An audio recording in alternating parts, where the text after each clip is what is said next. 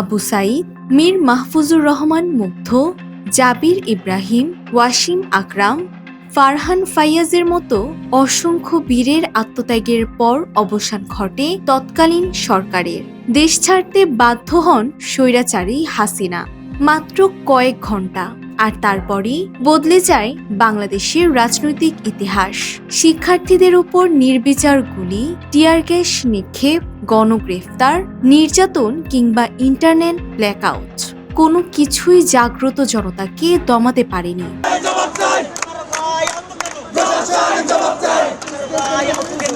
অদম্য এই গণবিস্ফোরণের মুখেই অবশেষে মসনদ ছেড়ে পালাতে বাধ্য হয় স্বৈরাচার হাসিনা।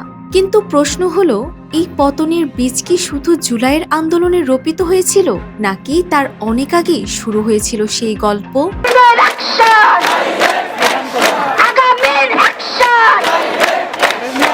বিভিন্ন বক্তব্যে ফ্যাসিস্ট হাসিনা বারবার বলেছেন, বাংলাদেশ এগিয়ে যাচ্ছে, কেউ এই অগ্রযাত্রা থামাতে পারবে না।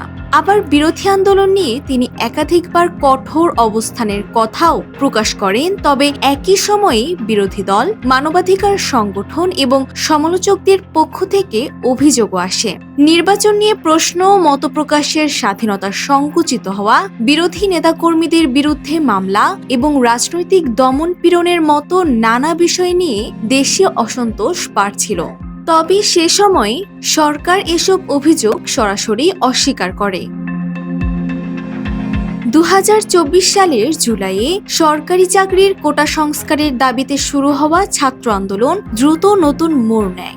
সংঘর্ষ, প্রাণহানি এবং দেশজুড়ে উত্তেজনার মধ্যে আন্দোলনকারীরা এক দফা দাবি ঘোষণা করেন, প্রধানমন্ত্রী শেখ হাসিনার পদত্যাগ।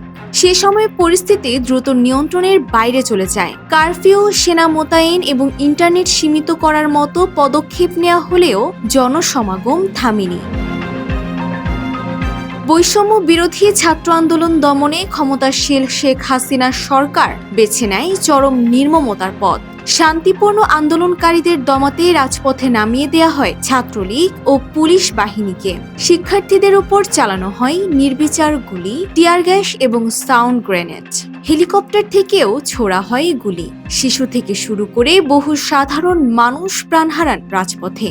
ইন্টারনেট ও কারফিউ দিয়ে পুরো দেশকে বিচ্ছিন্ন করে শত শত শিক্ষার্থীকে রাতের আধারে গ্রেফতার করা হয়। কিন্তু এই বুলেট আর রক্তচক্ষু দিয়ে জনতার দাবি চেপে রাখা যায়নি। যে হাসিনা একসময় বলেছিলেন, আমি জনগণের শক্তিকে বিশ্বাস করি, সেই হাসিনার ক্ষমতা ছাড়ার ঘটনাই বাংলাদেশের রাজনীতিতে এক নতুন অধ্যায়ের সূচনা করে। এই পরিবর্তনকে কেউ গণ অভ্যুত্থানের বিজয় হিসেবে দেখছেন, আবার কেউ রাজনৈতিক অস্থিরতার নতুন পর্ব হিসেবে মূল্যায়ন করেছেন।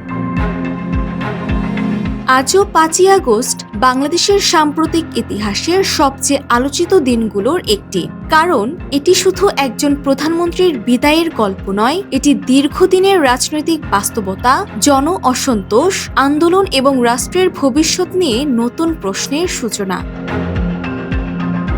Desk report, Bangladesh bulletin.